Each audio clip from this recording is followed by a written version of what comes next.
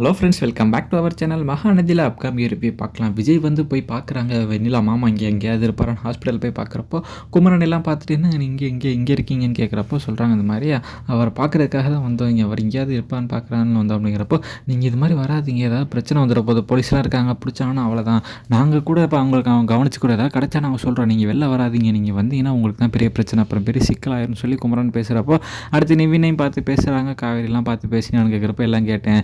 அவன் இந்த மாதிரி சிவியராக இருக்கானா, அவருக்கு ஏதாவது பாதிப்பு வந்துருமோங்கிறது பயமாக இருக்குது, குழந்தைக்கு ஏதாவது வந்துடுமோங்கிற ஒரு பயமாக இருக்குது அப்படின்னு சொல்கிறப்போ, அதெல்லாம் எதுவும் ஆகாது அப்படின்னு சொல்லி நீங்கள் பார்த்து பேசிக்கோங்க அப்படின்னு சொல்லி சொல்கிறப்போ, சரி நான் அவளை பக்கத்துலேருந்து நான் தான் பார்த்துக்கிறேன் அப்படின்னு சொல்லி விஜய் வீட்டுக்கு போகிறாங்க. வீட்டுக்கு போய் காவேரிக்கு சமைச்சு கொடுக்குறதும் அது பண்ணுறது இது பண்ணுறது வந்து எல்லாமே பொறுமையாக பக்குவமாக பார்த்து கொடுத்துக்கிட்டு இருக்காங்க.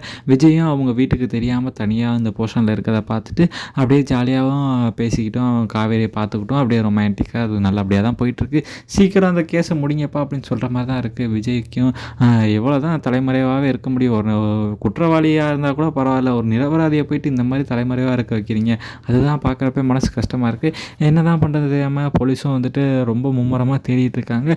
இங்கே ஒரு க்ளூ கிடைக்கிது, அவங்க மாமாவும் காணா போயிட்டாங்கிற ஒரு க்ளூ வந்து குமரனுக்கும் நிவினுக்கும் கிடைக்கிது. இது விஜய்கிட்ட சொல்கிறாங்க, இவரோட மாமாவையும் காணாமாங்கிறப்போ, காணாமா என்ன சொல்கிறீங்க அப்படின்னு சொல்கிறாங்க. ஆமாம், பசுபதி கூட தான் இருந்தார், அவர் காணாம போன நியூஸ் இப்போ வந்திருக்கு அப்படின்னு சொல்கிறாங்க. என்ன சொல்கிறீங்க அப்படிங்கிறப்போ, அந்த இது உங்கள் மேலே தான் வருது, நீங்கள் தான் அவர் கடத்திருப்பீங்கன்னு சொல்லி பசுபதி வந்து உங்கள் மேலே கம்ப்ளைண்ட் பண்ணியிருக்காங்க, போலீஸும் அதான் சந்தேகப்படுறாங்க, நீங்கள் கொஞ்சம் பார்த்து இருங்க விஜய் அப்படின்னு சொல்லி குமரனும் நிவினும் சொல்கிறாங்க.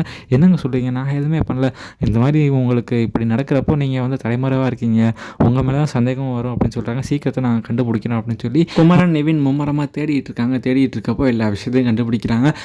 எப்படியோ பசுபதி இருக்கிறதையும் பார்த்துடுறாங்க. ராகினியை வச்சு தான் நம்ம கண்டுபிடிக்கணும் அப்படின்னு ராகினியையும் வந்து கொஞ்சம் பேசுகிறாங்க. பேசிட்டு ராகினி இருக்கிற இடமா பார்த்துட்டு அவங்க அப்பாட்ட பேசுகிறது, எங்கே போகிறா அப்படிங்கிற வச்சு ராகினி போகிறத பார்த்துட்டு பசுபதி இருக்கிறதையும் கண்டுபிடிச்சிடாங்க. பார்த்தா அங்கே தான் அவங்க மாமாவை கடத்தி வச்சுருக்காங்க, ஒரு இடத்துல கடத்தி வச்சுருக்குதுன்னு தெரிய வந்ததுக்கப்புறம் நீ என்னைய ரொம்ப துள்ளிகிட்டு இருக்க, உன் பொண்ணை அப்போ மருமகளை கொன்ன மாதிரி ஒன்றையும் கொன்றும் அப்படின்னு சொல்லி மிரட்டுறாங்க.